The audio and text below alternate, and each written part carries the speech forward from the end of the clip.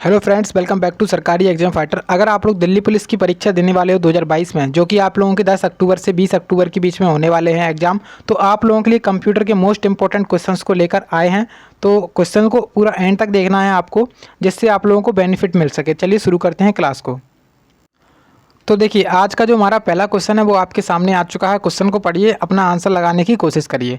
इसमें बोल रहे हैं कि विंडोज़ 10 ऑपरेटिंग सिस्टम में आपके पीसी को लॉक करने के लिए निम्न में से किस कीबोर्ड शॉर्टकट का उपयोग किया जाता है। तो कीबोर्ड शॉर्टकट आपसे पूछा जा रहा है और किसके बारे में पूछा जा रहा है कि विंडोज़ 10 ऑपरेटिंग सिस्टम में पीसी को लॉक करने के लिए किस कीबोर्ड शॉर्टकट का उपयोग किया जाता है। तो देखिए, फर्स्ट ऑप्शन है कि विंडोज़ लोगो की प्लस डी। उसके बाद सेकंड ऑप्शन है CTRL प्लस के।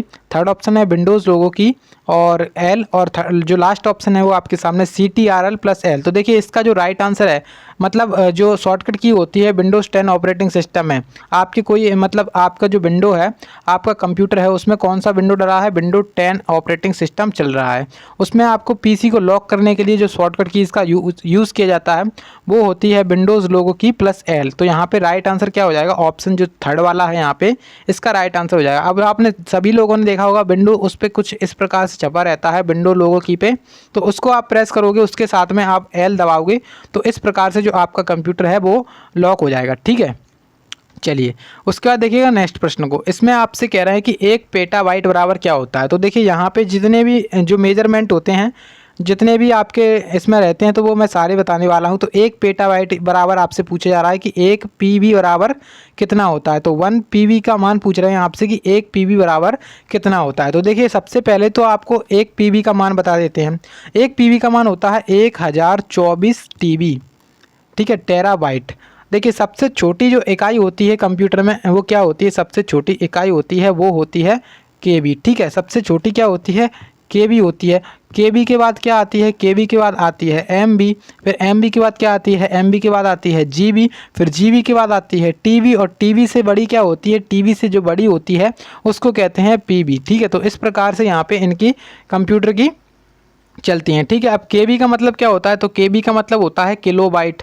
उसके बाद जो एमबी होता है इसका मतलब होता है मेगाबाइट, और जो थर्ड होता है जीबी, यानी इसका मतलब होता है गीगाबाइट। फोर्थ होता है टीबी, इसका मतलब होता है टेराबाइट, और जो पीबी है इसका मतलब होता है पेटाबाइट। तो इस प्रकार से यहाँ पे ये चलता है। अब देखिए, यहाँ पे आप सभी ऑप्शन में देख रहे होंगे कि 1024 लिखा हुआ है, क्योंकि 1024 ही चलता है। जैसे आपने देखा 1024 टीबी, तो 1024 टीबी बराबर होता है 1 पेटाबाइट। उसी प्रकार से 1024 केबी बराबर क्या होगा, 1024 केबी बराबर होगा 1 एमबी। ठीक है, अब 1024 जीबी है यहाँ पे, तो 1024 जीबी बराबर क्या होगा, तो 1 टीबी होगा। क्या होगा, 1 टीबी। अब देखिए, यहाँ पे क्या लिखा है, 1024 एमबी, तो 1024 एमबी बराबर क्या हो जाता है, 1024 एमबी बराबर होता है 1 जीबी। तो इस प्रकार से जो मेजरमेंट होते हैं वो मैंने आपको बता दिए यहाँ पे। ठीक है, स्टोरेज की सबसे छोटी इकाई क्या होती है, तो वो भी मैंने बता दिया यहाँ पे, केबी होती है, और केबी से छोटी क्या होती है, एक बी होती है। ठीक है, तो इस प्रकार से यहाँ पे राइट आंसर क्या हो जाएगा, ऑप्शन जो ए वाला है इसमें आपका राइट आंसर हो जाएगा। ठीक है, चलिए थर्ड क्वेश्चन आपके सामने। इसमें कह रहे हैं कि नेटवर्किंग सिस्टम में DHCP का पूर्ण रूप क्या है। तो DHCP का पूर्ण रूप पूछ रहे हैं, और नेटवर्किंग सिस्टम में DHCP का पूर्ण रूप क्या है। फर्स्ट ऑप्शन है कि डायनेमिक होस्ट कॉन्फ़िगरेशन और प्रोटोकॉल, सेकंड है डायनेमिक होस्ट कंट्रोल पॉइंट, और थर्ड ऑप्शन है डेटा होस्ट कंट्रोल पैनल, और फोर्थ ऑप्शन है डिस्प्ले हाउस कंट्रोल प्रोटोकॉल। तो इसी प्रकार के क्वेश्चन आपके एग्जाम में भी आने वाला है। जो इसका फुल फॉर्म होता है DHCP, तो उसका फुल फॉर्म होता है डायनेमिक होस्ट कॉन्फ़िगरेशन प्रोटोकॉल। जो ऑप्शन अपना फर्स्ट वाला यहाँ पे आपको दिख रहा है, इसका राइट आंसर ये हो जाएगा। ठीक है, आप लोगों को ये याद कर लेना है, काफ़ी ज़्यादा इंपॉर्टेंट है, आपके एग्जाम में क्वेश्चन बन सकता है। अभी मैं आपको कुछ इंपॉर्टेंट शॉर्टकट मतलब इंपॉर्टेंट फुल फॉर्म लिखाने वाला हूँ, तो उनको जरूर एक बार देख लीजिए, तो आपके एग्जाम में हेल्प हो जाएगी। ठीक है, अब देखिए, जैसे आपके सामने पूछ लिया जाए कि HTTP का पूर्ण रूप क्या होता है, HTTP का पूर्ण रूप क्या होता है, तो आप लोगों को पता होगा तभी आप बता पाओगे। तो इसका फुल फॉर्म होता है हाइपर टेक्स्ट ट्रांसफ़र प्रोटोकॉल। क्या होता है, hyper text transfer protocol, hyper text transfer. ठीक है, तो हाइपर टेक्स्ट ट्रांसफ़र प्रोटोकॉल इसका फुल फॉर्म होता है। उसके बाद आपसे पूछ लिया जाए कि SMTP का फुल फॉर्म क्या होता है, तो SMT और P, तो SMTP का फुल फॉर्म आपसे पूछा जा सकता है, SMTP टीपी का फुल फॉर्म, तो SMTP का फुल फॉर्म क्या होता है? Simple mail transfer protocol. क्या होता है? सिंपल, S से हो जाएगा सिंपल, M से हो जाएगा मेल, T से हो जाएगा ट्रांसफ़र और P से हो जाएगा प्रोटोकॉल। तो इस प्रकार से सिंपल मेल ट्रांसफ़र प्रोटोकॉल इसका फुल फॉर्म हो जाएगा। उसके बाद आता है एक FTP आता है, तो FTP का फुल फॉर्म भी आपको पता होना चाहिए। तो इसका जो फुल फॉर्म होता है वो होता है फाइल ट्रांसफ़र प्रोटोकॉल। क्या होता है? File transfer protocol. तो इस प्रकार से जो इंपॉर्टेंट शॉर्टकट मतलब इंपॉर्टेंट आपके फुल फॉर्म थे वो मैंने आपको बता दिए, ठीक है। सो अब नेक्स्ट क्वेश्चन की तरफ चलते हैं। अगर आप लोग इसकी PDF चाहते हो तो PDF भी मिल जाएगी आपको, सरकारी एग्जाम फाइटर के नाम से टेलीग्राम चैनल है, वहाँ पर आप लोग ज्वाइन हो सकते हो, आपको सभी क्लासेस की PDF मिल जाती हैं, ठीक है। अब देखिए यहाँ पे नेक्स्ट क्वेश्चन में कह रहे हैं कि टैली में बनाए गए लेज़र को हटाने के लिए कीबोर्ड कमांड क्या है? तो देखिए जो टैली होता है, टैली क्या होता है आप सभी लोग जानते हो टैली क्या होता है। तो टैली में बनाए गए लेज़र लाइट को हटाने के लिए, लेज़र को हटाने के लिए किस कीबोर्ड कमांड का यूज़ किया जाता है? पहला आपके सामने है Alt+D, सेकंड है Ctrl+D, थर्ड ऑप्शन है यहाँ पे Shift+D और फोर्थ ऑप्शन है Alt+F2। तो यहाँ पे जो लेज़र को हटाने के लिए टैली में किसका यूज़ किया जाता है? Alt+F2, जो अपना Alt+D है इसका यूज़ किया जाता है। जो ऑप्शन फर्स्ट वाला दिख रहा है आपको वो आपका सही आंसर हो जाएगा, ठीक है। देखिएगा नेक्स्ट प्रश्न को, इसमें आपसे बोल रहे हैं, तो नेक्स्ट प्रश्न में बोल रहे हैं कि कीबोर्ड पर यहाँ पे बीच में ब्लैंक दिया है, इसमें बोल रहे हैं कुंजी का उपयोग कर्सर के बाईं ओर टाइप किए गए टेक्स्ट को मिटाने के लिए किया जाता है। तो इन चार ऑप्शंस में से आपको बताना है कि ऐसा कौन सा मतलब की है उसका यूज़ जो अपना कर्सर होता है उसके लेफ़्ट साइड में टाइप किए गए टेक्स्ट को मिटाने के लिए किया जाता है। सबसे पहले तो टेक्स्ट को मिटाने के लिए कौन से का यूज़ करते हैं? तो सबसे पहले देखिए कैप्स लॉक तो हो नहीं सकता है, आप लोग देखते ही हटा दोगे।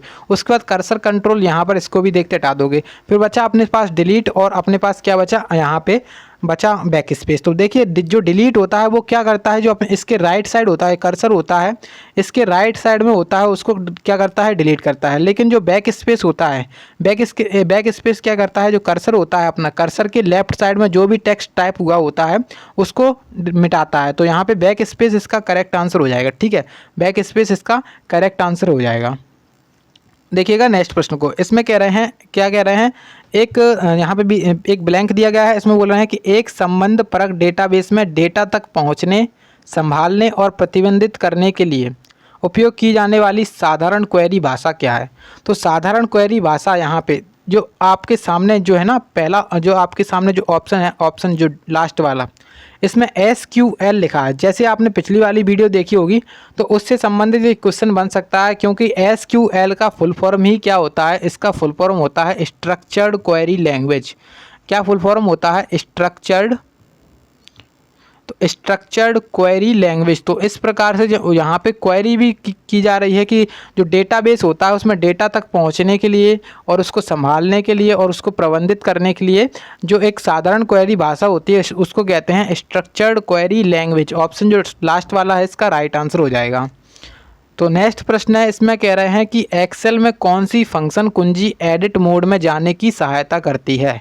तो एक्सेल के बारे में बात हो रही है। जो MS एक्सेल होता है, MS एक्सेल, तो MS एक्सेल में क्या होता है? कौन सी कुंजी फंक्शन में जो कौन सी फंक्शन कुंजी होती है वो एडिट मोड में, जो एडिट मोड होता है उसमें जाने की सहायता करती है। तो देखिए पहला ऑप्शन है F2, सेकंड है F5, थर्ड ऑप्शन है F3 और फोर्थ ऑप्शन है F7। तो इसका राइट आंसर हो जाएगा F2।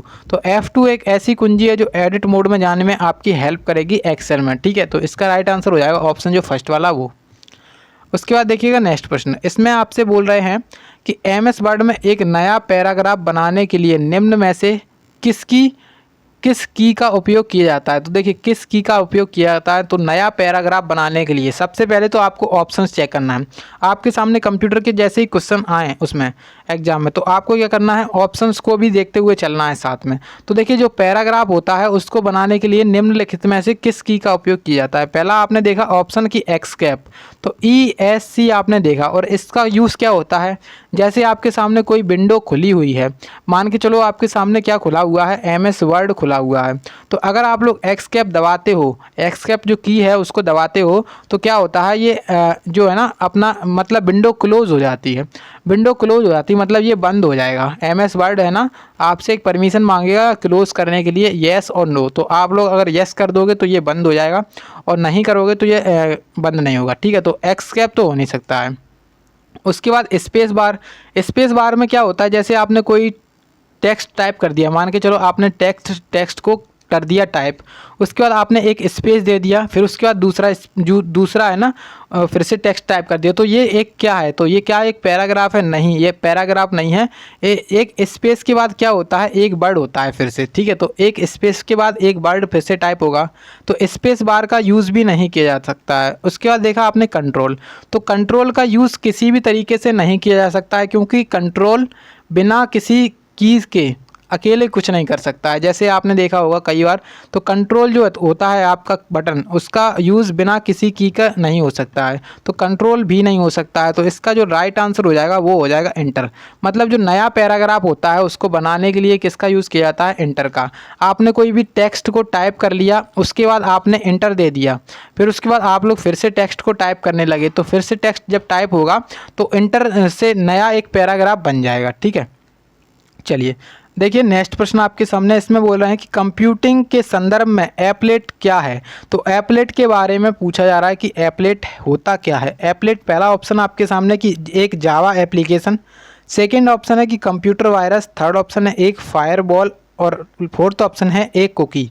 तो जो एप्लेट होता है, एप्लेट क्या होता है, तो एप्लेट होता है एक जावा एप्लीकेशन। फर्स्ट वाला ऑप्शन इसका करेक्ट आंसर है। क्या है? एप्लेट एक जावा एप्लीकेशन है, ठीक है। इसका यूज़ क्या होता है, इसका यूज़ एक सर्च इंजन की तरह किया जाता है। जैसे आपने गूगल चलाते होगे आप लोग मोबाइल में, तो इसका यूज़ किस में किया जाता है, एक सर्च इंजन की तरह किया जाता है, लेकिन ये क्या है, एक प्रोग्रामिंग में किया जाता है। जावा क्या होती है, जावा एक होती है प्रोग्रामिंग भाषा, ठीक है। तो जावा प्रोग्रामिंग भाषा होती है, उसका यूज़ इसी में किया जाता है, एप्लेट में, ठीक है। चलिए उसके बाद देखिएगा नेक्स्ट प्रश्न, इसमें बोल रहे हैं कि निम्नलिखित में से कौन सा वेब ब्राउज़र नहीं है। तो वेब ब्राउज़र आपको बताना है कि इनमें से जो चार ऑप्शंस आपके सामने हैं कि इनमें से कौन सा वेब ब्राउज़र नहीं है। फर्स्ट आपके सामने है सफारी, सेकंड ऑप्शन है ओपेरा, थर्ड ऑप्शन है आपके सामने मोजिला फायरफॉक्स और फोर्थ ऑप्शन है गूगल। तो इसका देखते ही आंसर लगेगा आपको कि इसमें आंसर हो सकता है कि सफारी, क्योंकि आपने सफारी कभी सुना नहीं है। क्यों नहीं सुना है? क्योंकि ये एप्पल के द्वारा विकसित किया गया है, तो एप्पल के द्वारा विकसित किया गया, एप्पल की डिवाइसेस में ही चलता है। तो यहाँ पे सफारी तो इसका हो नहीं सकता, क्योंकि सफारी क्या है, सफारी एक वेब ब्राउज़र है। सफारी एक वेब ब्राउज़र है। उसके बाद आपने ओपेरा भी देखा, तो ओपेरा भी एक वेब ब्राउज़र है जो किसके द्वारा विकसित किया गया था, ओपेरा कंपनी के द्वारा विकसित किया गया था, ठीक है। ओपेरा के ही द्वारा इसको विकसित किया गया था। और जैसे आपने देखा सफारी, तो इसको किसने विकसित किया था, इसको किया था एप्पल ने। उसके बाद जो मोजिला फायरफॉक्स है, तो मोजिला फायरफॉक्स का जो डेवलपमेंट है वो किया था मोजिला फाउंडेशन ने। इसका डेवलपमेंट किसने किया था, मोजिला फाउंडेशन में। तो ये भी एक वेब ब्राउज़र है। लेकिन आप देखेंगे गूगल, तो गूगल क्या है, गूगल एक सर्च इंजन है। गूगल क्या है, एक सर्च इंजन है। तो इस प्रकार से जो है ना जो वेब ब्राउज़र नहीं है, तो इसका राइट आंसर क्या हो जाएगा, गूगल हो जाएगा, क्योंकि गूगल क्या है, एक सर्च इंजन है, बाकी सारे वेब ब्राउज़र हैं। तो इस प्रकार से यहाँ पे इसका राइट आंसर हो जाएगा गूगल, ठीक है। तो आज के क्वेश्चंस कंप्लीट हो चुके हैं। इसकी पीडीएफ आपको मिल जाएगी टेलीग्राम चैनल सरकारी एग्जाम फाइटर पे, वहाँ पे आप लोग जा करके ज्वाइन हो सकते हो। और रीजनिंग के अगर आप लोग प्रैक्टिस सेट करना चाहते हो तो चैनल पर वीडियोस डली हुई हैं बहुत सारी, आप लोग उनको देख सकते हो, ठीक है।